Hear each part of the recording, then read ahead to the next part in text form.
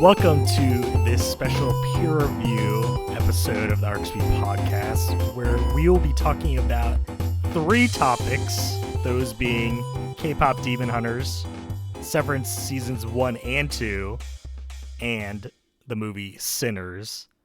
I'm your host, Alex, and you might be asking me, Alex, these are three really big topics. Why are you doing them all at once, and why aren't they deserving of their own episodes to talk about? Well, listener, you're correct. These are really big things. But more importantly, the reason why we're doing all three of these together is that these were actually recommendations to me by my co-hosts, Tiffany.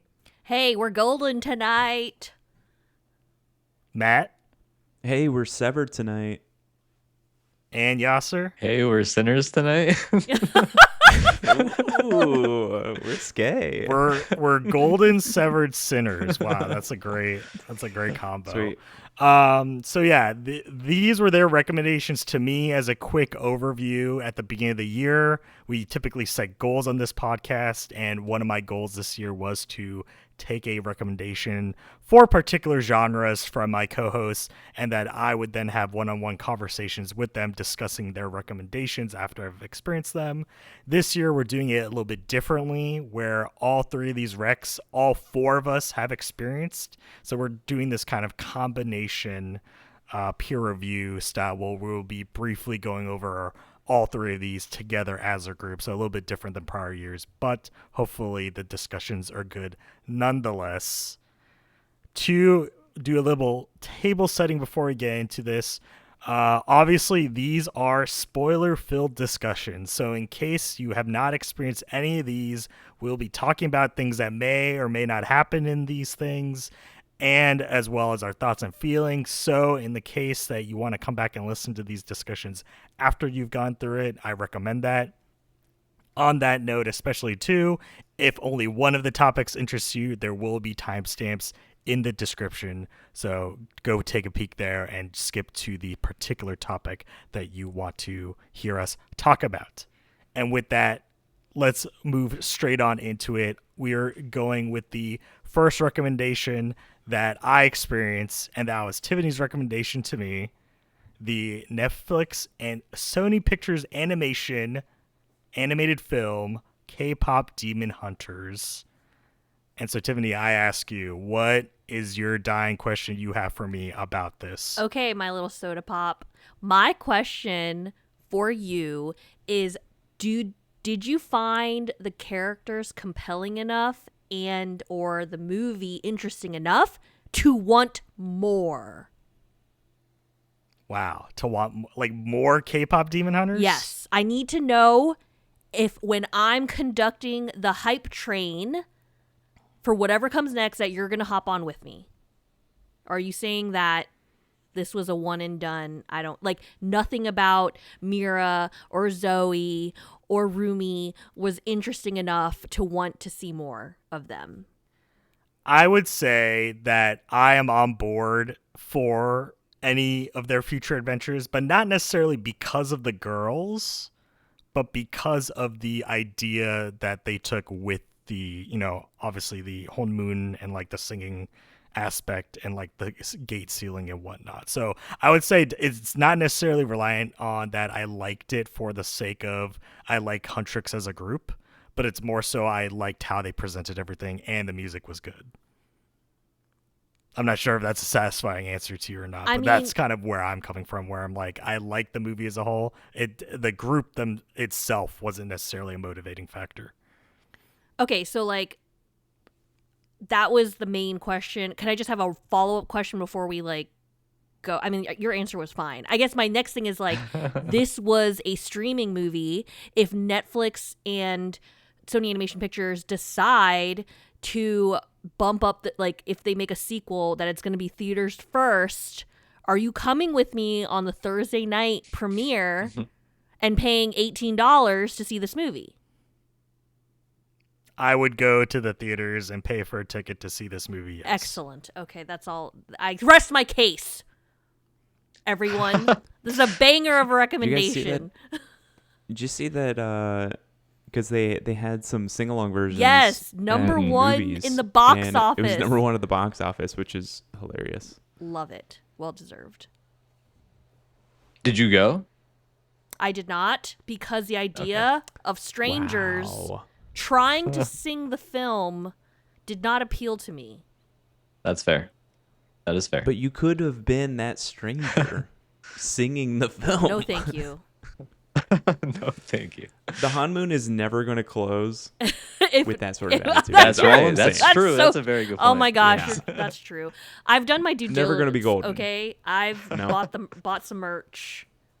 I'm decked out. That's true. Wait, what merch? I Are we bought allowed to 2 ask that? shirts and a hat, and I want Okay. pants, and I want a sweater. Listen, Are you I want all wearing sorts any of that right now? No, I'm not. I'm not wearing any of that right Oh. now. That's disappointing. All right. Alex, what say you? All right, so your question to me was pretty forward-looking, right? So I felt like it wasn't necessarily contained within K-pop Demon Hunters itself. I was more so kind of looking to the future, right? Thinking there will be a future for this IP, right? That it will become a full-fledged franchise. I already know this movie's but great. my question, So like, I didn't need to know that you also agree with that, because I know. 'Cause sure. I know My it. question to you is a little bit more introspective, and it's about the girls, actually, which is kind of funny how your question was kind of geared towards that. So Huntrix, 3 members, right? Rumi, Zoe, and Mira. It's very interesting that they decided to go with a 3-member group, because when I look at, K-pop, like girl groups traditionally, they're usually either a solo artist or like 4. And so my question to you is kind of, is there an interesting dynamic with them to also kind of making Huntrix a trio group instead of having it be a solo or a 4 group, right? Because we kind of think of, the girl groups throughout history of like Finkel or 21 or aespa, most recently like Blackpink. Like, these are big powerhouse girl groups that are composed of 4 members. And so from my perspective, I thought, it's an interesting take to make a group that was only 3 instead of a traditional 4. Do you think that would have changed the dynamic at all, or do you think 3 is all they really needed to kind of get the message across about like the singing and like the camaraderie? Honestly, aspect? that's a really great question, because you're right. A lot of girl groups, if they're not like 8+ members, are usually 4 when we think about that. I think that for the sake of this movie and the tight, like 95-minute runtime, I think 3 girls were enough. Yes, they could have split up some of the personality types into 4, and like it would have been great. But I think with the 3, it just kind of, you could easily pick out a girl that you could see yourself in or align with. And I didn't have the feeling of, oh wow, that one girl group member was just underdeveloped. I felt like for the length of the movie, we got enough of the different girl characters. I mean, Zoe and Mira. I think we got enough to get like a good taste of. And if we had a 4th member, that might have been tough. I don't know that the dynamic would have been as tight. And honestly, I think that's just because of the length of the film. If we got another 20 minutes, give me a 4th girl group member. Sure. Even, why not give me a more developed 2nd guy group member? The Saja boys could have had that one demon guy that's like, yo, we gotta follow what Guima says, man. Like, what are you doing? You get your head in the game. Whatever. You know what I mean? What have you? Uh-huh. But we didn't have. They got the that Troy abs Bolton. guy. Yes. It's fine. We need a Corbin Blue for Troy Bolton. You know what I'm saying? If we had more time. So it would have been more on the nose to have a 4-girl group with Huntrix, and come on, the name. Like, you have like try in the name of Huntrix. I think it's Oh no. like thematic Of enough. course, like they did fit it very well. I just thought it was interesting to like go the trio route, because I mean, off the top of my head, I know there's one current trio group, Viviz, which is a kind of continuation of G Friend, that's like currently still doing music as a trio. So to me, it was just interesting to be like, oh, three. It's very rare, like very rarely seen in the K-pop industry these days. So I thought it was something that does set the movie apart, right? That isn't kind of just a here's this like exact copy of Blackpink, but in our own kind of flavor twist, right? Like they give it its own personality with the group, Right. So yeah. All right. Well, that is our kind of primary setup here. So I know Matt and Yasser here have seen it too. What are your guys' thoughts? Like Yasser, you've kind of had some emotional response to the questions we were talking about. Do you like what is your first kind of main takeaway from watching K-pop Demon Hunters? I remember my main takeaway was that it was way better than I was expecting it to be, especially coming as someone who's never listened to K-pop. Didn't know anything going in as far as like what this movie is about other than it's popular. I just thought the animation was incredibly well done. I thought the soundtrack was amazing. And I thought, kind of like what Tiffany was saying, everything was really woven in very tightly to the point where it felt like it flew by too. And I didn't feel like I needed any additional characters like you guys were talking about. I thought it was perfect for how long it was, and it kept me really entertained. And I would definitely rewatch it because it was just such a great ride. Love it. Yeah, I actually rewatched it a couple days ago, maybe 3 days ago. Had your own I sing along. had great intentions to rewatch everything, and that did not happen. But yeah, it was even better the second time. Like the animation matching with the music. Like I've been listening to the soundtrack basically on repeat, filtered in with other things, but the animation that they're able to weave with the music just like hits so well, and it doesn't overstay its welcome because it's such a tight 90 minutes and then you're done, and that makes it highly rewatchable. Like I really enjoyed it. I think it's getting a lot of flowers. I think it's Netflix's most popular movie ever, and I think it deserves that. Like it's really, really good. My question to you all, like, Tiffany, your question is like, hey, when there's inevitably a sequel to this, or hey, when there's inevitably something else that comes from this, are you going to be there night one? My question is, do you want that? And if so, like, what do you want to be in that movie? Like, in my mind, I think it was so novel that I don't know if I want any more of this. Like, I think there are some loose ends that I'm cool with being loose ends. Do we go back in time where the music is a little bit different? Because, like these hunters have lasted, for hundreds of years or whatever. Yes, trap music. Yeah, like, will that be as enjoyable if it's not K-pop? And I don't know that question. I'm not someone who listens to K-pop. So, just throwing that back to you guys, is that something that you would want? And if so, would you want just kind of like a retreading of a similar story? I absolutely want more of this universe, because even when they were going through the different decades of the hunters and their, you saw the little, what is it called? Montage of them. Like K-pop has generations. Like the generation of K-pop that I was most thirsting in is what the kids nowadays call second generation K-pop. We're apparently in like entering our sixth generation of K-pop. And so music styles have changed immensely. For me though, I'm very compelled by, Rumi's background. I kind of want to know, like, what's the deal with her dad? Like, who's her dad? Is her dad important? What's her mom and dad's love story that this happened? Does Genu come back and reincarnate in modern day? I mean, that would be interesting to me. Boo. Oh my gosh. Boo. Weak writing. Weak writing. Boo. But I'm here for more. I want more Derpy and Sussy. That Tiger and Magpie duo. Give me more of them. Does one of them try to want to do solo? Like, what if Mira or Zoe? Gosh, it's endless, okay? Because there's a lot of times where sometimes K-pop groups will do other projects where they do like a collab with another artist. Like, would it be interesting to see Zoe break off and like collab with someone else and think about, some of the inner workings and personal relationship that they have to struggle through while they're like being pop stars? I don't know.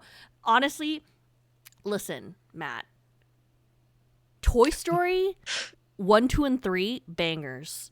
When you have the right creators at the helm, I think they can be unstoppable. So, like, you know, when Toy Story 2 was about to come out, I was like, we don't need this. And guess what? It was fantastic. Mm-hmm. Same with 3. I appreciate the passion, but like, don't come for the king. Like, Toy Story is just sitting on its throne over there. Don't poke it. Don't poke it. All right, let's celebrate the successes. We're about to get Let's bring Buzz and Woody into. We're about to get a Toy Story 5, okay? And they're about to battle with like children are battling. Toys are gonna battle the like YouTube or like iPad situation. Okay, there's stories to be told. Yeah, sounds hilarious. And I'm here for it. They're taking the good fight. Taking the good fight straight to the iPad generation. Yeah, exactly. So obviously this was produced, animated by Sony Pictures Animation. You know, we are fans here on the podcast of their work, right? The more recent releases, Spider-Verse, Into the Spider-Verse, you know, Across the Spider-Verse, that they have shown that, at least from a visual standpoint, right, they know how to get it done, right? They know how to bring interesting animation. They know how to reflect storytelling through the animation. And so I think, especially as you guys noted, right, there is talent there. And I do agree with Tiffany on the fact that because this story wrapped up, right, its main kind of plot point, I think that gives it a little bit more freedom, or at least the most freedom, right, to do whatever they want in a sequel, right, if they were to make another. And I think sometimes that's what I do look for in certain things, where obviously it's designed as a one-off and it is satisfying, right, to like watch this movie. Like they basically put everything they had into this, right, with the animation, with the writing, with the music, and it turned out amazing. You know, it's award nominated, right, for its music. And it is this level that we're kind of thinking, okay, if they could do it once, I'm not pressuring them to make another one, but if given the freedom that they have to do whatever they want, right, like maybe there is a chance that they can figure out something, right, without the pressures of saying, oh, we've left so many story like threads kind of hanging, we need to like answer for these things in the future, right? It's like, no, we have a world we built, material that's there that we can then draw upon to kind of continue it. So that's where I'm kind of looking at to say, I think as long as they find the time to get it done right, because obviously Sony Pictures is probably busy with Beyond the Spider-Verse, I think that's actually into production now.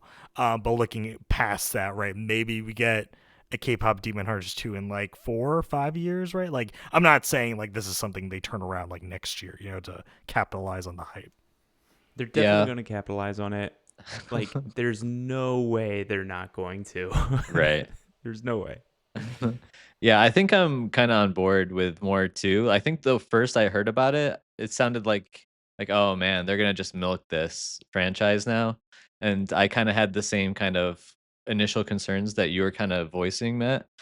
But like you all have already mentioned, I feel like the people on the team that made this are obviously very talented, and they have a lot of things that they could do with this, where they could have it branch out. And I actually was going to bring up Spider-Verse before you even mentioned it, where you can tell like they can expand the storyline if they want to in really creative and cool ways. So I'm definitely looking forward to it. Do we know if it's the same team that worked on Spider-Verse? Because I didn't assume or even think about the fact that like they would have to wait for one before the next needs to enter production and vice versa. Yeah, I haven't looked deeply into it, so I don't know. I don't know if this is like their animation team had like split off, or maybe this was kind of like combination work, right? So I cannot attest to that, but I kind of look at it where it's obviously some or a lot of dev studios out there might have multiple teams kind of working within themselves, but I think for animation, who knows, right? I feel like if we look at something like Pixar, they typically have multiple projects always going on. Mm-hmm. So you can only assume that maybe Sony Picture Animation is also the same way, where it's like, oh, it's not just one animation team working, but they kind of have like 2 or 3. And if they didn't already, they probably are thinking about doing that. Yeah. Considering how successful they've been. Also, if they have the music that can tell a story, give me another album. Taylor Swift has released an album every year since 2019. K-pop Huntrix can do the same, and I'll be here waiting for it. I feel like even more than that, because like T Swift is like, you keep coming for the crown, like you keep like heading off like all these people that are like objectively one of the best in the business. But like, let's talk about like those League of Legends artists that you guys talk about all the time. If there are like fictional artists from a video game releasing albums, there's no reason why Huntrix can't either. Like exactly. I completely am with you on that one. One area, you know, like if we were to get a sequel, the area that I think would be really interesting is kind of hitting where you were thinking, Tiffany, of what happened to the mom. Like the mom is dead. She's gone. Yep. Like she was a partner. She was one of three with the, like, I guess aunt figure. I forget what her name is. Kind of figuring out their love story. Because obviously, well, maybe it wasn't a love story. But like her relationship with a demon that then, you know, beget Rumi. Like that would be really cool, really interesting. Like what happened to get to the point where, you know, they're passing the baton. That would be fun. And honestly, they did so many breadcrumbs and they didn't really go into that too detailed. In my mind, that makes the most logical choice for like the next step. And I'll be here watching it.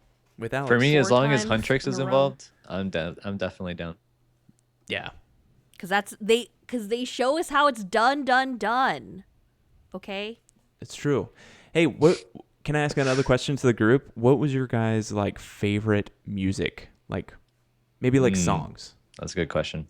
My number one song is This Is What It Sounds Like because of the lyrics and just the music in general. That song is like by far my number one. Ooh, nice. Alex, you go ahead. Of course it's Golden. There's no other song above Golden for me. Because also since it comes in, I guess right after the initial like opening kind of salvo, right, where we're getting introduced to the girls and then they crash land onto the stage and kind of have that live performance. And then we're thinking, oh, okay, they're going to take a break now, right? And it's like, no, we're dropping another hit. We're doing another live show like the next day immediately about the newly dropped single. Like I liked them keeping up the momentum there of saying, hey, we're going to introduce you to these girls and then we're immediately going to like have them perform. And then obviously in combination with that, we get more of Rumi's like interpersonal trouble, right? Them revealing that demon side aspect to her. So I think it's also a very good like story moment, like arc where they're revealing that information to us. I see. Did he riff enough for you, Yasser? Yeah. Well, I talked about this with Tiffany already, so she knows. But honestly, for me, I loved every single song in context of the movie. So there's not a single song that I didn't like while I'm watching the movie. But I also did realize after watching it and starting to listen to these songs on their own that I don't necessarily want to add a lot of these to my playlist. But I do have a few that did make the cut. Personally. So it was 3 of them. It was Takedown, but it was the Twice version specifically. And then I also really liked Your Idol and How It's Done. So those were my favorites, and those are actually on some of my playlists. Nice. And I'll just round this out by saying I really liked Free. I thought that was really good, like the medley between Great song. The two of them. A little bit slower than the rest of them. Yeah. It was really good, really effective. And like the beautiful part about it is like they injected so much emotion into each of these songs, which I know that's just music. I get it. But some movies don't do that well. Like they just don't. Like it turns into like a performative thing where you're not really feeling the emotions as it goes along. And I feel like Free was really good. Honestly, all of them. Golden has gotten officially submitted to the Oscars by Netflix, which is great. They better. Let me just tell you, like they better win, because that for win. Best Original Song. I hope so. I just can't imagine them not getting it, honestly. For Best Original Song, won there's with definitely Amelia Perez last year. There's definitely some competition with FYI. Original Song, though. I feel like it's a lock for animation. They're nominated for Best Animation Movie, right, or Animated Movie? I feel like that's a lock. They likely will be. Like, so they have to submit to the Academy, and then the Academy will choose a short list. Okay. Honestly, original song, like sometimes we get some like popular artists that are just like in the credits. There's actually a big call of if it's not an original song that's played within the movie outright, it should not count. But this one kind of meets all those buckets. Last year was a really low year. It like all the nominees weren't really good. This would have swept last year. So considering it's like top of the charts, I them. feel like it probably will win. Yeah, I think so. And the Oscars is turning more international, so that can only help K-pop Demon Hunters, where like K-pop is so much bigger outside the States.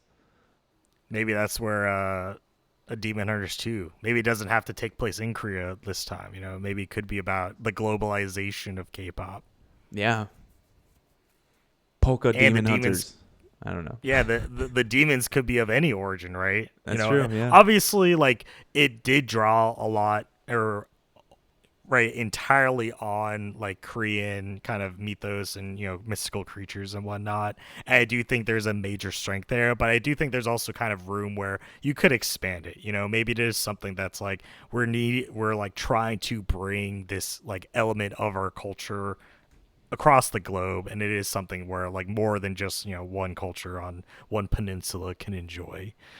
So I feel like there's a lot of opportunity there, and it seems like we're all in agreement. This probably isn't the last we talk about K-pop Demon Hunters as an IP. No way. It's just more, it feels like a matter of when than if at this point.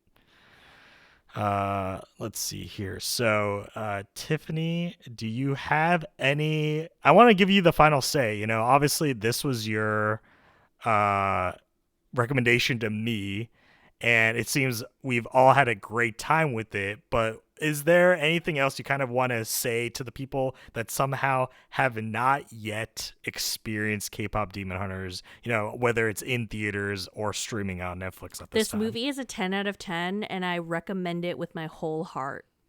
You should go see it. That's all I have to say. I love it. All right. It's as simple as that. Just go see it. It's a 10 out of 10 rec. All right, with that, we will be moving on to our second topic, as I mentioned at the top of the show, and that is Matt's recommendation to me. And this is a little bit of a swerve from K-pop Demon Hunters, I would say. Huge or maybe not. swerve, Maybe yeah. they're the exact same thing. Who knows? But yeah, it was the Apple TV Plus show Severance seasons 1 and 2. So this had a little bit more like work. I had to watch 2 seasons of this, mostly because I never saw season 1, so it wouldn't make sense for Matt to recommend me season 2 without having seen season 1. But I watched both of these. It took, I think, about 2 weeks to get these done. What an experience. Matt, what is your dying question for me about Severance? Well, first off, you're welcome. That we finally made this a thing so that you were kind of like forced your hand to watch 2 seasons of wonderful TV. So my question, this is a huge undertaking. You watch 2 seasons of a great show. What question could I do? Obviously, this is one that is very dependent upon the next episode, cliffhanger after cliffhanger, keeping you there, the carrot on the stick, getting you closer and closer to the finish line that you don't know what is at that finish line. But I want to talk about that finish line of season 2, because in my mind, when it came out, very divisive, the last episode of season 2, what did you think of the ending? Do you think it was a good ending? Oh man, a good ending. Well, obviously we know, spoilers, we know there's a season 3 in production. Right. But are you asking me of my thoughts of the ending as an ending for, I guess, both seasons in general, or just like season 2 in particular? All leading up to last episode of season 2, how did you like the ending? Do you think it was a good ending or bad ending? Basically, you could take that any way you go, honestly. I've heard both ways, and I've agreed with both ways. Right, yeah, man. It's, I guess, really hard to say in a binary way, as you mentioned. It feels like it's always on a scale of saying how, like, the degree of is it good or bad. I think from my perspective and how I ended up kind of getting into the show, I think it's a good ending. And it's mostly coming from, for me, right? Obviously, the whole kind of premise you're going into this is saying there's this formulation of essentially two people, right? It's your Yep. innie and your outie. You know, they go through this severing process, and you might be of the same physical body, but mentally, right? You're kind of casted into these two versions of yourself. And so, with the kind of ending of season 2, obviously, with the discovery and kind of reuniting of Mark and his wife that we now realize isn't dead, you know, even though in the first season that they had set up that she had passed away, and that this kind of combination of saying, well, it was Mark that's going to help recover his wife, like save her and help her get out of the severed floor, and for him to escape with her, all for it to lead up to him rejoining Helly, right, on the severed floor, kind of running in the opposite direction. That I'm like, honestly, it really couldn't have ended any other way, because with the way I perceived it, with how they set up the characters, like the innie Mark is not the same as the outie Mark. And obviously they showed that too when they're at the birthing lodge. Yeah. And they have that extended exchange of, right, why, you know, outie Mark needs innie Mark to do these things for him. And then innie Mark's coming back to his outie saying, well, you know, why would I do this for you, right? Like, is this all just a selfish ploy? You know, why are you not thinking about what I want? Am I not a person, right? Mm-hmm. And so I think with everything, especially that scene in particular where I draw upon, I wouldn't have it any other way. And I think in a way it does make for a climactic ending too, to be like, listen, you thought that this would go simple, or maybe you don't. Maybe it's painfully obvious it would never end with how we thought it would, in terms of, right, him escaping with his real wife, or I guess outie wife, that he wouldn't have any attachment to this to Helly on the inside. But it just makes sense. Yeah. And yeah, I don't think it's bad in any sort of scenario, at least from that perspective. It could be bad in other ways, but not from how they set the story. Yeah, I completely get where you're coming from, and I agree with you. I was really dissatisfied with the ending because I wanted what I wanted to happen. And like I wanted him to go out and get to the real world, outie Mark, who is depressed and he's alcoholic and he needs his wife that he's been mourning. He's almost been mourning multiple times because of the situation.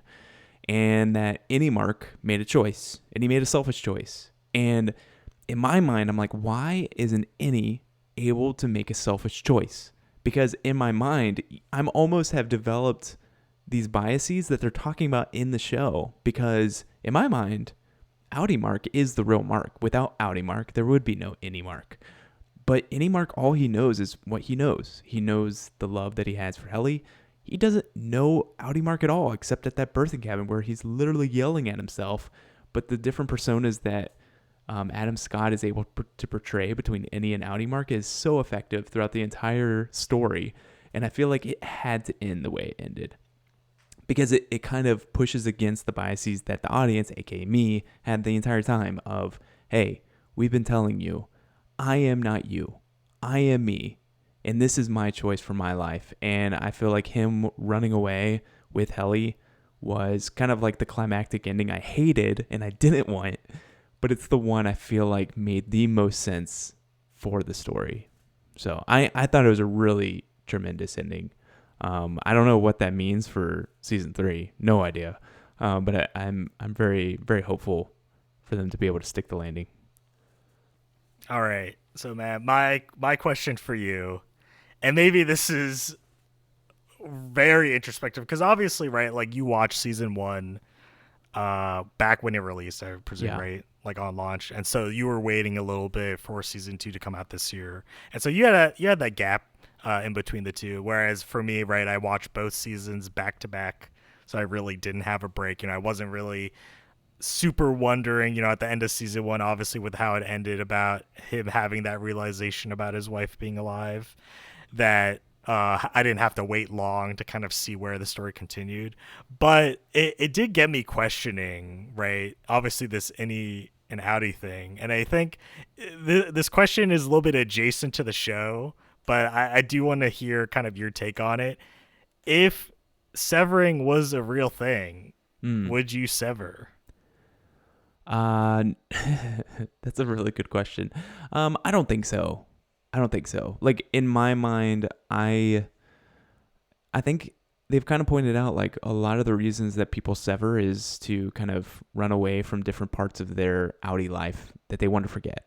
And I think if you're in a position where you just don't want to be there so much that you'd rather like not remember it when you are home, maybe you should find another job, maybe. But two, like I think it's just like maybe a crutch of things that you need to work on in your own life. So maybe that's like more introspective than what you're going for. But in my mind, I don't think so. I think part of who you are as an outie like filters into you being an innie, and I feel the same thing at work. Like me outside of work, I may have some work-life balance. It's not perfect, but that balance is what makes me me, and that's what makes me decide the way that I do on the inside from who I am on the outside. And if I completely sever, who knows what kind of monster I would be if I was an innie, or what kind of like, you know, like, or who I would be. Like, it wouldn't be me, in my opinion, like, because what you decide while you're at work does have a great deal of who you are at home. And so I wouldn't. I would probably be the people that are like, you know, protesting, saying like, please don't do this to your bodies. But yeah, I don't know. That's just me. Man, Audi Matt over here is being like, oh man, any Matt would be an absolute tyrant at work, you know? Who knows? I would have no control over him. He'd be bossing people around, telling people you'd have no hobbies. You would just be talking about work. Like you might be like hyper focused on it, and it's like, man, me hyper focused on work, like there's a reason I'm a slacker. Like you guys can't handle me if I wasn't. Like you're lucky I'm talking about fantasy football and video games and movies all the time. Oh man. All right. Well, that's great to hear. I think I'm the similar way where it's on the similar basis as kind of your thought process where I'm like, I mean, if I hope I would never be in a position where I feel like severing would be the answer, right, for any sort of scenario. But also, as you mentioned, you know, your person is a combination of a lot of different things, and I feel like it would just be very strange to kind of get one side of you, you know, and especially having this weird kind of splitting effect where it's like, hey, I'm still like developing as a person, but I don't know exactly what's going on. Like, I feel like that would just be scary as well, right? Because obviously whenever something happens on the inside, you know, to your innie, right, the company as a whole usually like has a message or sends you some sort of message to be like, oh, it's like when Mark like had the injury with his hand. They were like, oh, the like Mrs. Now I'm forgetting his name. Who's the manager, the overseer? Mr. Milchick. Yeah, Mr. Milchick. That he was like, oh, Mark S., you like hurt your hand like lifting like the watering fountain like bottles or something, right? But obviously we know like on his innie side that something else actually happened. Yeah. So I feel like there would always be that question of saying like, if I came out to my Audi and something was different, could I actually trust what I was being told about what happened to me like on as my innie? And I feel like that would just create this kind of weird like paradox situation for myself of like, I don't know what's real anymore, right? If that was the case, if I wasn't 100% aware the whole time. So that's kind of where I'm coming from. But good to hear. All right, Tiffany, Yasser, would you sever? Is there any severing happening? Honestly, I think that in my current state, I would not sever. But if we were in like a Project Hail Mary situation and we needed to figure out like a math formula to save the Earth, I would sever to concentrate on doing that math. You know what I mean? I'm talking Armageddon situation. If your innie Tiffany was like actually hyper fixated and 100% focused on like calculating things. Yes, or something like that. Like if my occupation was like more that, then sure, I would sever. But otherwise, nah, I wouldn't do it. I am strongly against severing. Like, not only would I not consider it for myself, I would make sure other people don't do it too, or like I would highly encourage people not to do it. To me, it's like a human rights violation because, like, I get what y'all are saying as far as like you're going to be way more productive at work this way, but as we've all also mentioned, and this is what I love about the show too, it's like you start thinking about this kind of stuff because it's part of the plot. But those people, like your innies, are separate people, number one, because you are your memories. So without your memories, that's not you anymore. And furthermore, they did not sign up for this. And so if they didn't sign up for it, you're signing them up. That to me is closer to like some version of slavery than anything else. And that to me is just super fucked up. So to me, I think this is like totally like dystopian kind of stuff, but it's all very interesting because of kind of like the mystery of it all. I love the show. Listen, those farmers on the goat Oh my fields, gosh. they're not going That was home. weird. They're not going home. Some of it was so strange. You know, and actually, Matt, I'm glad you brought that up because the other question I had that was a little bit less introspective than the Severed question, but that really came to my mind when I'm like, man, what do I really want to ask Matt if I just had the one question asked? But I'll ask it here anyway. You don't have to answer, but it was just something I was thinking of.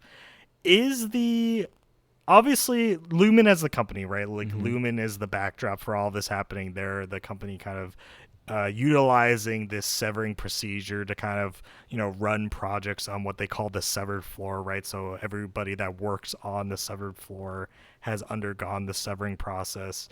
And, you know, we've only seen around what 3 different departments I want to say, because we have MDR, macro data refinement, we have optics and design, and we have mammalian nurturables that I'm like, And you have a choreography and merriment, the marching oh band. yes, Lest we that is forget. true. I completely forgot that. How could we forget all the music stuff, including the music dance experience?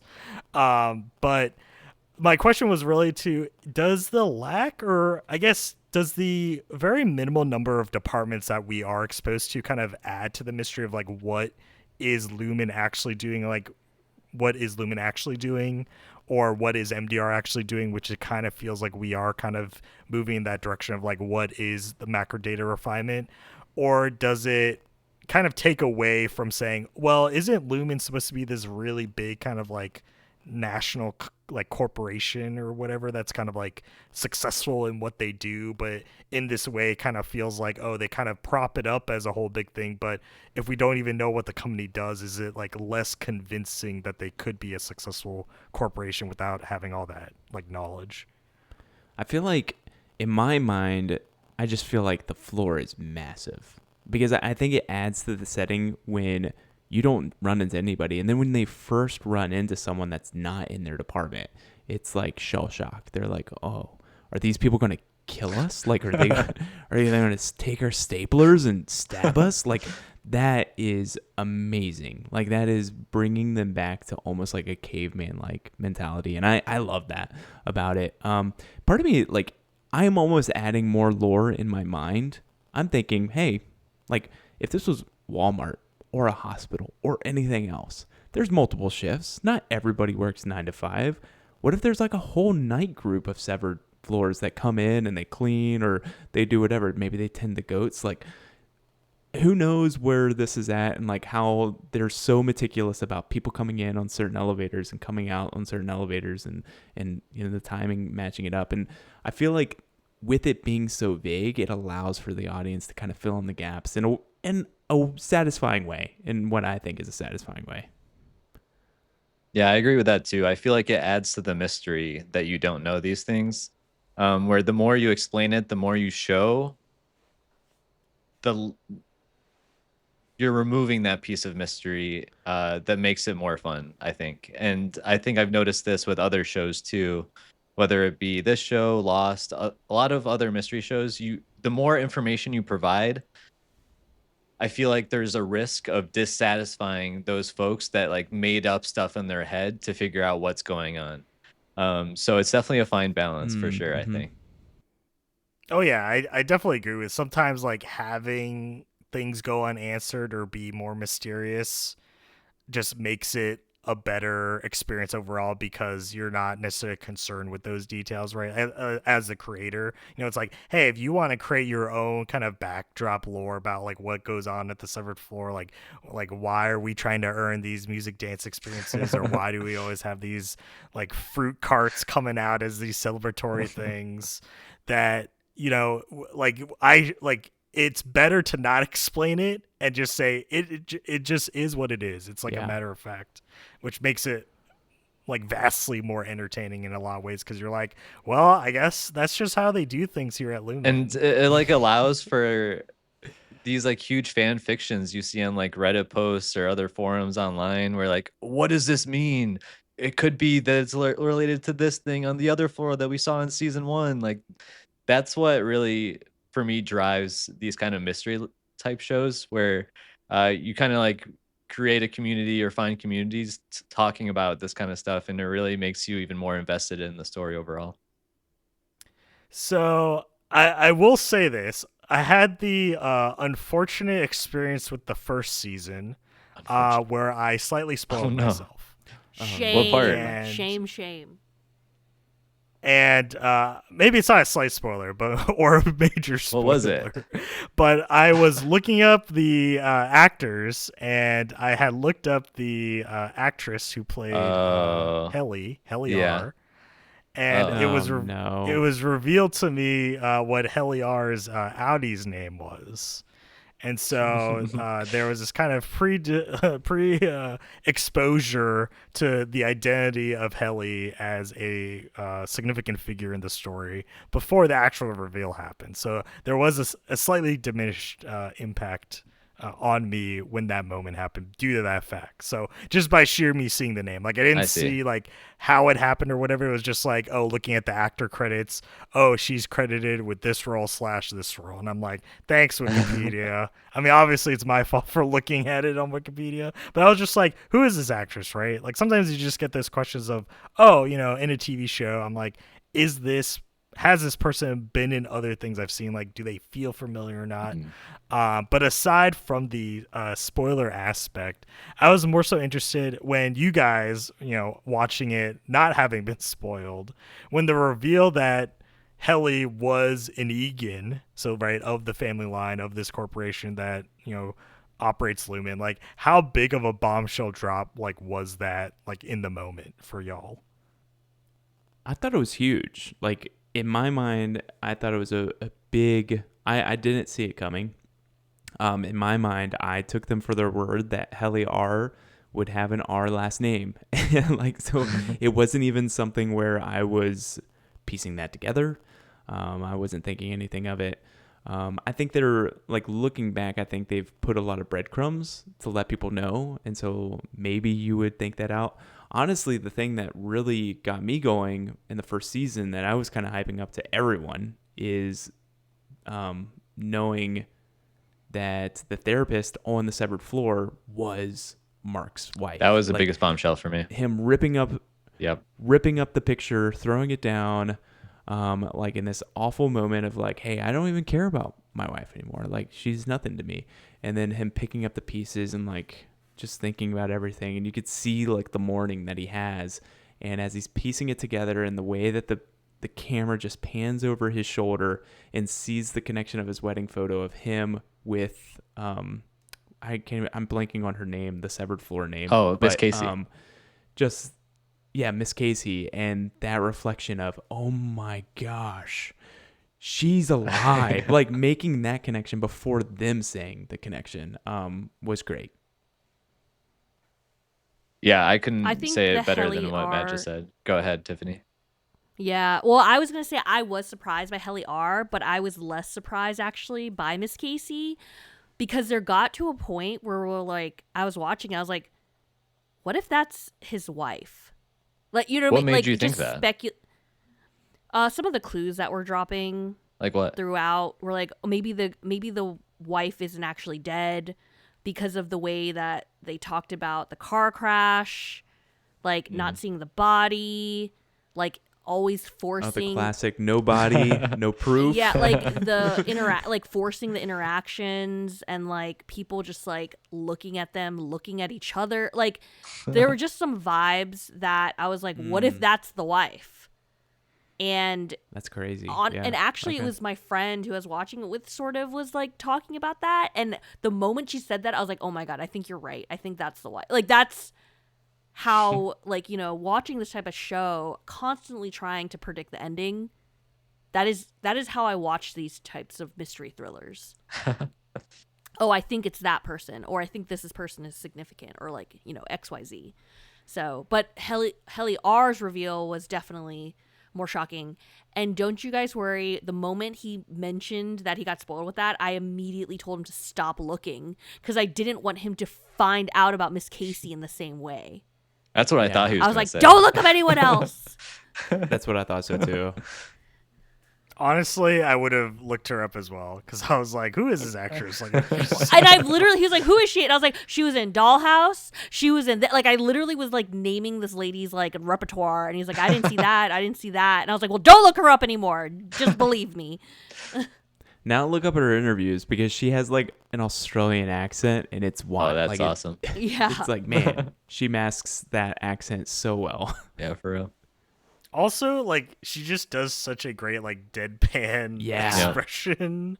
Yeah. Like, how, not to say it's like disturbing, but I guess more so unnerving about it is. like, her acting as a therapist and her acting in that way. I'm like, this is definitely a very strong identity like she's made for this character to like represent her like this way, to be like, you know, we're having a therapy session, I'm going to dock you points, you know, if you're not thinking about the therapy session, if you run out of points, like we end the therapy session type of thing. Like just her whole like role in the beginning, like before we're like moving into her being more meaningful, was definitely a interesting take. And yeah, I just think overall, it seems like this show in particular too, more so than a lot of shows, like every character they introduced was meaningful. Like there's like very few kind of just like random people. Like who knows, maybe even the security guard at the front of the severed floor elevator, like he might matter in the future. He might. Like Mark is always saying hi to him. He's always saying hi back. Like there could be true meaning in that they recognize each other, right, as being, you know, security guard / someone has employee. a theory out there, I'm sure. So yeah. Oh yeah, of course. I mean, obviously the theories about truly what's going on, like even with the stuff that we didn't get real answers to yet about, and especially the bombshell drops about Miss Cobell and talking about how she was the one that came out with the severing process and everything. Yeah, that was like, a big where's one. that going to lead? So I do think there's a lot of threads still to be fleshed out, and you know, they do have a season 3 in production. I was glad to hear that, but in a way, I guess it did kind of gauge my expectations of like, okay, well, if they're doing a season 3, that must mean season 2 is going to end in the same way that season 1 did, where there is still questions to be answered. So I was kind of glad of saying, okay, at least I know going into this, I'm going to have loose threads that I'm going to just have to wait for the next season to really get the full story on. I think we could expect it to be a little bit quicker between season 1 and season 2. So hopefully, you know, within the next couple years. Unfortunately, they did come out with the news, maybe the past couple months, that Ben Stiller is the executive producer and he's directed a majority of the episodes up to this point. And he is actually stepping away from directing season 3 because he's directing a movie. So I hate that. Yeah, that's news. funny. But he's still going to be like very heavily involved, he said. That's good. So we'll see. Like the honestly, the director of cinematography, she directed an episode, and it was honestly one of my favorite. Which one was that? So I think they've got some talent. Which episode was it that she directed? I think it was the one where they went on the retreat, I believe. Okay. I could be wrong. I could double check though. Oh, okay. Interesting. The Ortbo. Yeah. We gotta get all these acronyms. I kind of hated locked down, you know? It's like Ortbo. You hate the acronym, or you hated that like event? I mean, both. Both. I will say, All right. Well, Matt. I was just Go gonna ahead. quickly say, I will say I didn't feel like I enjoyed season 2 as much personally, and I was curious. I wanted to ask y'all what y'all thought as far as like, did you feel any drop off between season 1, season 2? Do you feel like it got better from season 1 to season 2? Because for me, it's like I think they slowed down a lot and they didn't answer as many questions in the second season, and maybe that was because they have a plan for season 3. But for me, I really like season 1, and season 2 is a little bit more forgettable for me in comparison. I would agree. I feel like the Department of Mammalians or whatever took it a step too far. I was like, what's the point of this? I did like the double agent aspect of Heli Yeah, R. I same. called it. I like that. called it that It's she like, is she was not actually? herself. Yeah, Yes, I was like, she's the Audi. That's the Audi. That's totally. So there was some elements that I really did enjoy, but there were also moments where I'm like, this is taking a step too far for me. what did you guys I think? mean, ultimately they did swing it back with the goats, but like I was like, what is this? You're just being weird for the sake of being weird. I think I always have a soft spot for introductions into universes and like having the mystery. Season 1's always going to have a special place. I did rewatch season 1 right before season 2, and I think season 2 took it up a notch for me. I think the development of the characters is something that was kind of unmatched because it did more with characters that are not Mark than just Mark. Like one of the most effective things that we saw this entire time was, now I'm forgetting his name too. His employee that like had what's his name? Dylan Zach? G? Yeah, Huh? Dylan G. Maybe not Zach. Dylan. Yeah. Maybe his actor's name is Zach. His name Zach. You're right. So Dylan is okay. Perfect. His Audi is Zach. So where his Audi's wife would come and talk to him, and he like fell in that love was with really him. good. Honestly, like there's so many things with almost every single one of them where they're all going through their different struggles, and you can kind of see the origins of why they severed in the first place and what's beyond, just the small glimpses we got in season 1. So I think the character development in season 2 is just like far beyond season 1. So for me, I prefer season 2. So hoping they keep it going with season 3. What do you think, Alex?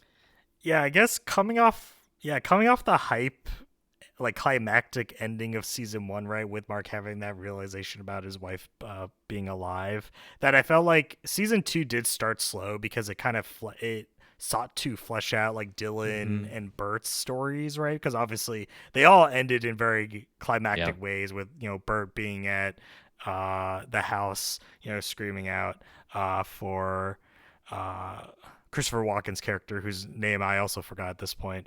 But in that same way, it felt like they took leading up to that Orpo, right, with Bert's dismissal and kind of wrapping up his character arc, that I felt like that the first half of season 2 was looking, hey, we're going to try to flesh out MDR a little bit more. Obviously you're going to realize, right, who Helly is, like her significance, who Helena Egan is and her significance. But also we want to kind of give more, I guess, time for Dylan and Bert to kind of have their moment in the sun, because we're going to roll into the second half of the season and really go back to Mark, right, and have this climactic end of like, okay, basically, I think we're pretty much wrapped with Dylan and Bert's stories, so we don't really have to worry about them anymore. But now it's like, what's happening with Mark? Like, what's going to happen? And so I think it ended as strong as the first season ended. It just took a little bit longer to get there because they needed to take a side quest in the beginning. But I still enjoyed it nonetheless, because I don't know, they've done just such a good job of even just like the idea of work-life balance. And especially, as Matt mentioned, with Dylan G and his family, I forget the term they use because it's another acronym, but the outside like family visitations, right, of the wife like meeting the innie and just having that. And I'm like, man, that is such a strange thing where it's like, does she actually feel like she's cheating on her husband when that is her husband? And I feel like she's falling in love with him for the same reason she fell in love with him as his like Audi self. And like, is that calling into some weird like moral That's what I love ambiguity about of, the like, show. is this wrong? Yeah. Yeah, like, and I'm like, I don't think it's wrong because it's still the same But is person, it? but then at the same time, yeah, it's very like awkward and like, I don't know, it makes you feel bad for like the Audi versus the Indy, and I'm like, Jesus, they are two different people at this point. I'm like, maybe it is cheating because they are two different people. Who Yeah. knows? All right, Matt, as I said, this is your recommendation to me. I want you to have the last say. What is your message out there for the people if they have not seen Severance season 1 or 2, or if they have seen it? Like, what's the last word you want to have? As a wise person once said, this is a 10 out of 10 recommendation. Go see it. You can see it from home. There's no sing-along version, though there should be, because we didn't even talk about the marching band sequence. Just Oh my God. just look it up on YouTube. It's 5 minutes. It's amazing. And that the Jamel Tillman, the guy that plays Mr. Milchick, did a lot of that improv. That's crazy. And he just made it himself. Like, that is amazing. Get this man an Emmy. He was on Mission Impossible Final Reckoning. He's going to be the one to watch. He is going to be a big guy sometime in Hollywood, and I'm here for it. Go watch it. It's great. Nice. All right. And with that, we're moving on to our final segment, the last experience that I experienced, recommended to me by Yasser, and that is the film Ryan Coogler's Sinners. And so, Yasser, last but not least, what is the dying question you have for me about Sinners? So exciting. Honestly, I have so many questions, but I'll leave it to this one. And you can correct me if I'm wrong, as far as like how it was for you in your case, but I feel like a lot of people going in probably didn't realize how much music there is in this movie.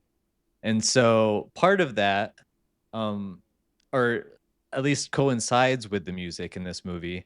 I think sound in general plays such a huge role in how emotions are portrayed, how scenes are eventually played out. And so the question that I have for you are, do you feel like the sound design really did impact your viewing? And are there any memorable scenes in your mind that stand out to you as far as sound design is concerned? Oh, no, definitely. I do think the music and just sound was a major like focal point, because especially as we get towards, I guess, the back half, we're going to just skip there. But when they're under siege in the I guess barn, Yeah, I don't know we'll what call you it call it, that, the yeah. mill, the mill that the Smokestack twins that they rented Yep. out or bought out, that there's this kind of, I guess the only way I can describe it, because that's just how I understand it, but that like classical like high pitched like twang where there's like in horror scenes, or like at least what I imagine back in the day, like in older movies, where it's like you're having a highly dramatic like moment and it's like a moment of confrontation, and then they have that like twang sound where it's like a banjo or something, like a string getting strummed like really like high at a high pitch. And I'm like, man, that is like, to me, such a classic noise. Like, I recognize that as like kind of a general thing of like, this is a very tense moment, and not to say that it's a cheesy sound effect, but I'm like, oh no, this is like that moment in the movie when we're gonna have this like meeting or like this invasion, right, where they like break into the mill and then we have this like all out brawl happening. That I'm like, that in addition to even when they're driving through the fields to pick up people to man the mill for the juke joint, that they're the singing and playing the banjo, like that too, as a standout of like, man, this guy's voice, immaculate. I wish my voice sounded like his Preacher voice. boy.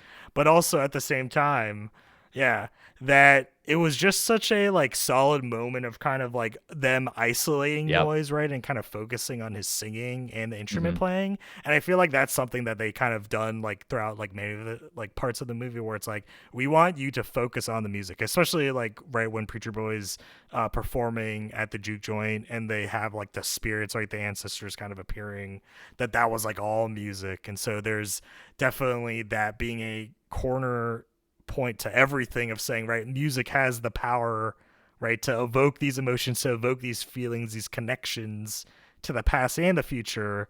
And that was something that stuck with me, for better or for worse, right? Because I feel like there's a lot of things, especially the general store, the wife, where she's screaming, and obviously she has to scream out because she's like, they got my husband and they threatened my daughter. So it's like, I can't let that slide. And she obviously has to scream, and then that like leads off to the battle and everything. So it's like, there are those moments where you're like, lady, you didn't have to scream. You didn't have to invite them into the mill, but I guess this had to happen. Otherwise, they could just sit inside until sun rose. It would be too simple otherwise. Obviously, of course. Honestly, your response to that makes me very happy, because I can already tell, like, you enjoyed it for a lot of the same reasons that I did. And like a lot of the examples that you provided were exactly the same examples that I was going to share. So I love that already. I will say a couple more that stood out for me was, let me think. So one example was when Smoke was visiting his wife, Annie, after they came back, if you recall that scene. Oh, yeah, when they split up. Yeah. And so she was like detailing what it felt like when they had lost their child. Yeah, I mean, I guess obviously like the actual scene itself of like losing a child, that's not something I've experienced. So it's kind of like hard to like feel it. But I do think like the emotion, kind of like emphasis on the interpersonal interactions was there, because I think they like obviously they spent a lot of time with like one-on-one with a lot of characters, right? Like a lot of characters had just like between the two of them moments like throughout the entire movie. And I do think just like finding the time to kind of have them like split off and be kind of in these isolated moments did add to at least the world building, right? Because obviously this is something where, it's Coogler's like own written story. Like it's not something that is like taking from anything else, right? Like obviously there's a little bit being drawn upon for the lore, right, of the creatures in this world, but everything else is kind of his own written story, like fictional story taking place at this time. And so I think finding these kind of spin-off moments to have like develop these characters and give more context to everything that's happening was like very beneficial to me, because otherwise I think I would have probably come away from the movie being like, so what was really the point here? Like is it just that it was kind of like a horror like type experience, or is there more meaning to this to have these characters kind of present within the scene of like, okay, this character, like preacher boy with his dad, kind of the kind of conflict between, is he just going to follow, believe in Jesus, kind of follow in the Lord's steps, like become a preacher boy, or is he going to be someone that does follow a life of making music, like performing music? And is that something that kind of carries through? And obviously that was something that did carry through to the end. So I do think having all these one-off kind of confrontations was a little bit more impactful, that really mattered at the end, as opposed to them just kind of being random like set dressing moments. Yeah, I was wondering, I'm sorry to jump in, I just have to, this movie so effective. When we were introduced to the older gentleman who played on the piano, he played the harmonica, and he was actually talking like in the car about a lynching of his friend. I thought it was really impactful how they didn't show the lynching. They didn't show the scene. They didn't go into great detail. But if you notice, the music in the background was, one, hitting, but two, you could hear the screams of what a lynching would be. And like I just think it's just another thing of Coogler saying like, hey, music is important, sound is important, sound paints the story even more than just like visuals. And so I think this is just a masterclass, honestly. Coogler taking us all to school. I didn't notice that. Thanks for pointing that out. Did you I saw you watched it too, Tiffany? I did. What did you feel about it? I already got a WTF text from someone who cherished this movie dearly. You're lucky it wasn't me. Yeah, I enjoyed the movie, but it's very different from the type of movie that I actually enjoy, or typically enjoy, or like would want to see again. I think that there were elements to it that were very familiar, like with the vampire lore, which was kind of cool. But in general, most horror movies don't really do much for me. And I just had a lot of questions. Mm-hmm. But I did think it was a tight movie. Like, it introduced lore, we got the conflict, and then we finished it. And to be honest, the movie went on longer than I expected. Like, we got a mini epilogue, which was kind of nice. Yeah. But in general, there was a big monster fight in it. It's just not my usual bag, if you will. Right. But I did think it was a good movie. Yeah, for me, it had the same kind of flavor where the reason why I typically avoid a lot of horror movies too is usually, they obviously have to take time to have you get accustomed to the characters, like to be ingratiated to them, right? Like obviously the Smokestack Twins coming back, them gathering the gang together, right, to set up and operate for the night. I'm like, man, I'm really like, these characters are becoming very endearing, and knowing the type of movie that it is, I'm like, and then they're all just gonna suffer, and I'm like, in a way it's like a little bit heartbreaking to have to know, like, okay, like who, like all I'm thinking of is who's gonna survive the night type of thing. And it feels really bad when that like comes to play, because I'm like, well, one, I think you've done a great job in getting me to care like about the characters, but on the flip side I'm like, but now I hate you because I would rather everyone come out of this alive, unscathed. But for the most part, there's always going to be casualties, and sometimes it might just be your favorite character that's the one that dies in the most gruesome way, and it's like, well, that sucks. And I feel like that's kind of been my, not to say stigma against horror movies, but kind of where my aversion comes from, because it's always like, well, you always have to make me care, because if I don't care about the characters, right, like in a horror movie, I'm not going to care if they're suffering. I like, as heartless as it sounds, I feel like that's usually a takeaway of saying it does not matter what happens to them if you don't want them to make it. And so in this case, it's like, okay, we're basically gonna split it 50-50. It's like half of the movie, it's getting the gang together, you're getting to know these people, you're getting to see their talents, you're getting to see them joke, you're getting to see them have dreams, aspirations. And on the flip side, once that sun sets, boom, everything goes to hell. And for the most part, no one's gonna make it out on the other side. And it's like, well, that sucks.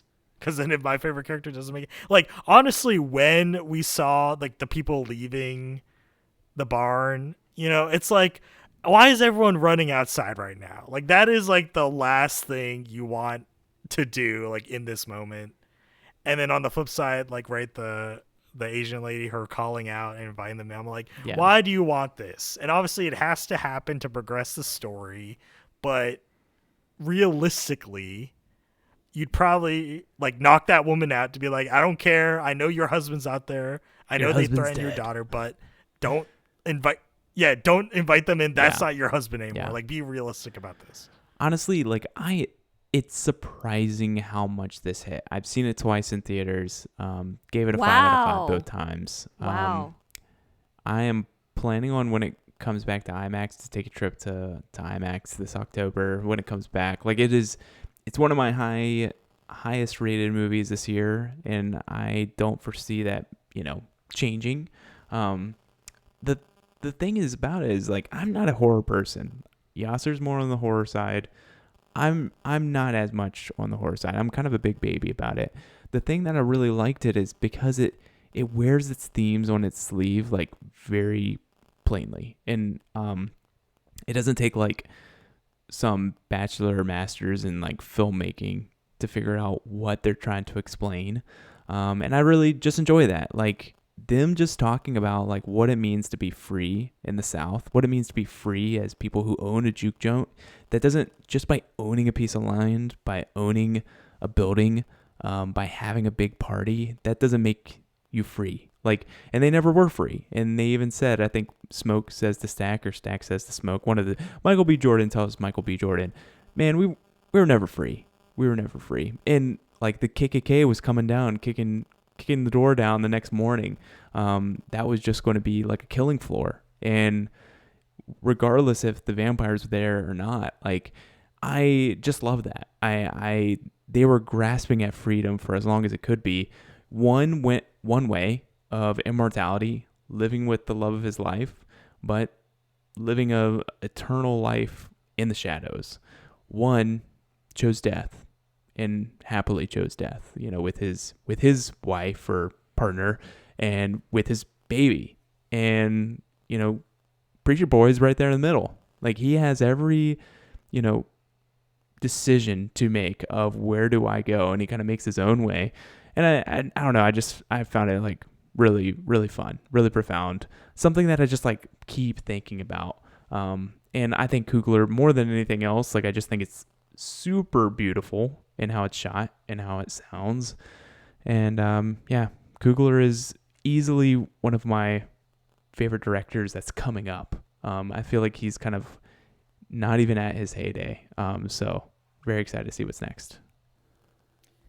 You know, I that's very insightful. I never had that realization of like that the twins having their own kind of, I guess, resolutions in that way, that it does make sense of saying, you know, more than just beyond the freedom, as you mentioned, but it was like, oh, this is what they wanted, right? Like they did get what they want.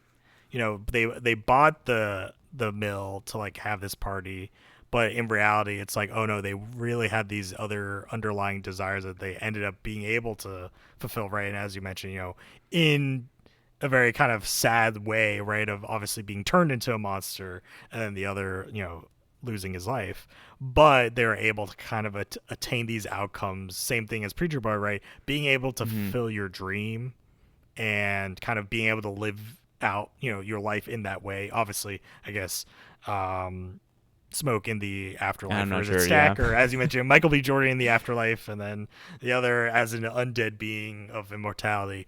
But that does kind of have a very solid like takeaway, and I guess it is in light of the era, right? Like this is when, you know, Jim Crow laws were still in effect. Like this is when obviously segregation was still around, and so obviously the like minorities didn't have the same rights as whites, and so there was this like level of saying, you know, can we find a way to fulfill our dreams? And in this case there is, but it's just, it comes at a cost, right? And so you know, fortunately we're in a better place now, but that definitely did also really entrench it in that time period.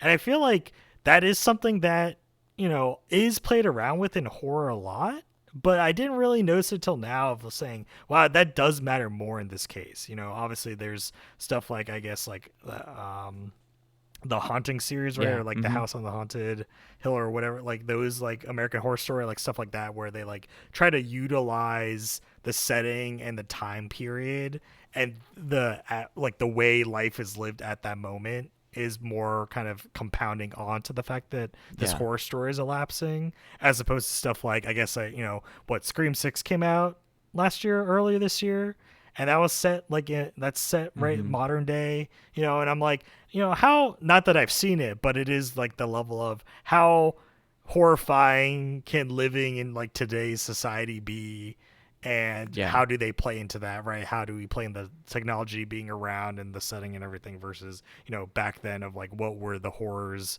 of life at that time, right? And obviously it's way beyond any of our years, so we'll never know. But in that particular case, it was something that was something to look out for. And so I do think that also kind of expanded my kind of connection of saying, well, I never really considered this period in American history, but I guess this is something that did happen, or it is obviously something that happened. And it is something to be like, wow, like it's just tough overall, right? Not just with the monsters running around, but just the reality of. And they never have to like beat you over the head with it either. Like they're not like, hey, there's a bunch of racists here. Like it is just the subtlety of the chows having two general stores on the same street on opposite sides of the street where they are selling different products at different prices to colored people and then different products and different prices to white people, and neither shall the two mix. They're shouting at each other of like, okay, you cover this store and I'll go over to that store. And it's there. Like it is not like they don't, cue in and just like zoom into a water fountain that says whites only or anything. Like it is not beat over the head. It's like very micro in how it's very subtle. And I thought it was so effective. Like the true horror story was the life that they were living. Like if the vampires weren't there, that's still a scary situation. It's almost like Mississippi Burning, which is horrifying if you guys have ever seen that. But I just love the subtlety that Coogler did. And looking back into it, I was like, is that like, were there Chinese immigrants in like Mississippi, Louisiana? And that's things that happen. Like they were also these like a people group that were also maybe not the same as like black people, but they were still like not white. And so they almost like carried that line. And I just like watched like multiple YouTube videos of just like explaining this like time period that I don't know a lot about. And it's all stemming from a movie that just decided to be a little bit more historically accurate and something like a setting that we don't normally see, which is exactly what you said. And I appreciate, because this wouldn't hit if this was a 2025 story in the South. It just wouldn't. Yeah. And they had immaculate English. They did. I mean, yeah, honestly, like, and it just moves so well. Like the pacing was just like, it never felt like it dragged on any given moment. And I felt like that's also a very powerful way to like, hey, listen, like we know this is a horror story. The scary moments are going to happen at some point, but we don't need to beleaguer any particular moment. Like we're just going to like show you everything, give you every character, give you every kind of motivation. And then we're going to have it like culminate in this, conflict. And then obviously the outcome being right, that, we lose some characters, we lose most of the characters, and we only really have kind of one surviving character. And I guess that's like, I have a question kind of like for you two that are still here. Did you like that the movie began with the ending scene, or with part of the ending scene? Like, is that spoiler in some ways? Like in general, like, do you like how they presented that being the outcome, or was it something that like just helped you give more, I guess, intrigue into what's actually really going to like happen? that bit of storytelling, and I don't necessarily get it a lot, so when we do get that, I think it's a treat. Yeah, I agree. Like it was subtle enough. Like on the second time I watched it, I was able to key in on some of the imaging that was going on the screen, and it's like, oh wow, there are some like spoilerish images, but you don't know. Like you just know that he went through a very traumatic experience. I guess you could be in that final moment like, oh well, he can't die, right? Because he was alive in the very beginning. But I'm not thinking about that, honestly. Like maybe some people are, maybe that are trying to like see in between the lines, but a lot of movies do this, and a lot of times they're not as fun. Of like, hey, I bet you're thinking how I got into this situation. It's like, no, please leave that for like How I Met Your Mother, and like leave it there in early 2000s sitcoms. But I thought that they did a really good job, just like giving you enough information that strung you along. And it was nice that we got to that moment in the story at the end, and then you see what happens after that. It doesn't just end there. It ends with him in the car driving away, and so. I thought that was really, really neat. Oh yeah, I do think like not giving us the exact ending, and obviously not even hinting at there being an epilogue, like that was definitely kind of a real surprise to me, because I honestly thought it would have ended with him getting back in the car. Like I thought it would have ended at the church, like him having the broken guitar neck, and then that like there just being some kind of resolution. But like I did not expect him going back to the car and like proceeding on, and then also getting that small kind of roundabout way. And I think like having the wrap up, like jumping forward into the future, like him having lived out his life and like having a musical career, and then also being revisited uh, by Smoke and Haley's character, whose name Mary. I also forgot, that that oh yeah, and then having them being like, oh yeah, we're still around, right? Like we're reminding you that Miss Annie said, maybe killing the main vampire doesn't solve this problem, like the other vampires are still gonna be around and exist and whatnot. And I do think that actually at least brought that back together, saying, these characters are still around, and whether or not their fate doesn't really matter. Just know that we basically Smoke and Stack had a promise made between them to be like, we're gonna not bother you. But I guess that's also my question, like, is that believable? Like, I guess I understand as twins, as brothers, that they would have a bond that would be that strong, but like, is it that meaningful that it's only based on that promise as to why they let Preacher Boy like live out his life and have a career? Because I guess I kind of felt like it felt a little bit, I guess I am convinced that if Smoke and Stack made a promise between each other, Yeah. like they would abide by it, like that, like their brothership goes as like going through the war, going to Chicago, like working for the gangs, like it would make sense that they would hold each other if they made a promise to each other. But then also I'm like, is that really the only motivation as to why Preacher Boy survives in a way? Is that it's because of that promise? And it just feels a little bit disconnected, because I'm like, oh, they're kind of taking their like Smoke and Stack's personal developments as individual characters, but then kind of using that to say they had to play on Preacher Boy's fate, which just feels like a little bit disconnected. But maybe I'm just not seeing. Well, I think one, a brother promising to another brother for this, Smoke and Stack completely makes sense. Like when the one seemingly got killed was getting turned, like he was devastated. The other Michael B. Jordan, whichever one was the non-vampire. I really probably should have figured that out. But him saying like he was the best part of me, like they almost saw each other as like one whole. But two, like even leading up to that, like they were saying, hey, this is your last time at the juke joint. This is the last time that you're coming here, because we don't want you in this life. We want you, doing other things. And so, like, even though they're just cousins, they almost saw him as like their little brother. So to me, I did feel like it was more believable because they wanted what's best for him. And I feel like on death's door, they're saying, hey, like, you need to protect him. Don't let him, get into trouble. And, he's off limits. And I feel like they abide by that. So the only thing that I found that was a little bit unbelievable, the only knock I could have on this is if you got like 80 vampires and you got like 6 people and one of them is like an elderly statesman who has been drinking beer all night, like, guys, just like mosh them. Like, you 80 vampires, you don't need, like, you don't have to play by the rules. Like, there's no way. Like, this is a little bit of plot armor. That was my one tick of it. I think for me, I'm like, did they have to be twins? Like, what else? Is it just Michael B. Jordan wanting to, like, play 2 roles? I think you can have a very meaningful brother relationship with just regular brothers also.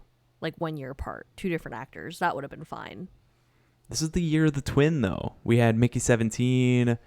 We had Alto's Night with Robert De Niro, playing body double. So Matt, they just I said what needed I to do said. it better. And we had Superman's clone. That's right. It really Oh my was gosh. the year of the doubles. I mentioned this to Matt, which, by the way, I'm back. Sorry that We missed I you. went away We for a missed you. bit there, but I've been listening. And it's been a great discussion. I've loved it so far. Honestly, to answer your question, Tiffany, I think it added an additional element in my mind because it also showed you like the duality of how you can approach the type of situation as like a singular person. Where to me, I almost thought of them as the same person until the end of the movie, where I really delineated them as 2 completely different individuals. I thought, funnily enough, like the first time I watched it, I was like, are they actually the same person and they're just being portrayed as 2 people together? But obviously that didn't end up being the case. But I think there was that type of duality that was trying to be portrayed in the movie, if you will. Yeah, I mean that's another version of a same actor playing two different roles. I mean, I guess it's the vibe right now. And they almost like played like cartoonish roles amongst each other. Like one was sharpshooting, another one was like sharp-witted, one had like dexterity issues, one did not. Like they really did almost complete each other in every way. One liked the color blue, one liked the color red. Listen, yeah. It is what it is.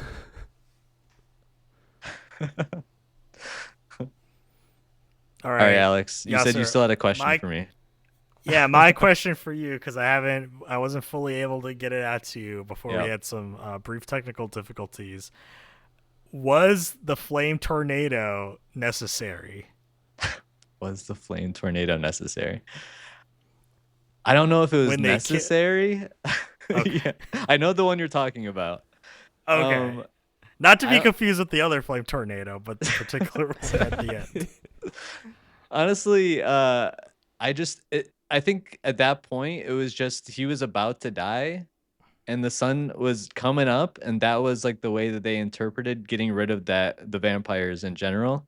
I thought it was a cool scene. I don't know if I necessarily would have done it the same way, but I thought it was cool. I didn't have any problem with the flame tornado. I mean, for all the crazy stuff that happened in the movie, the flame tornado felt like it fit in my mind. All right, just as a takeaway for me, I'm like, man, this is just so out of pocket, but I guess it is what it is. I think that's part of what I loved about the movie, to be honest, is that there's a lot of out of pocket stuff like that you wouldn't be expecting otherwise, that I think just works as a whole. But when you like think about them individually, like, oh wow, that was kind of a weird decision. Oh, that was kind of a weird decision. But overall, I feel like it meshed so well. I really enjoyed the holistic experience. But it was funny listening to like some of the nitpicks that you guys have, because they're all honestly very fair. All right. Do you have any other final comments you want to say to the listeners out there about Sinners? If they haven't seen this movie yet, listen, that you would like to tell them. A couple people some wise people have already said this is a 10 out of 10 recommendation. We gave you some banger recs this year, and if anyone hasn't seen any of these, I highly recommend it because they're all fantastic experiences. So get out there, and they're all available on demand now. So couldn't be easier at this point of the year. Oh yeah, I'm gonna watch it on a 5-inch plain screen back of the seat. The perfect way to experience any movie. As Ryan Coogler intended. Oh yeah, of course. With the free provided earbuds. Nice. And with that brings us to the end of this peer review special. Thank you for sticking around if you've listened to all three, or if you only listened to one, that's great too. Thanks for listening to this end piece. I want to thank again my co-hosts for sending me these recommendations this year, and I was glad to be able to get to all of them, and we've had some good conversations about it. And of course, thank you to Grandmaster Doug for our theme music. And until next time, take care.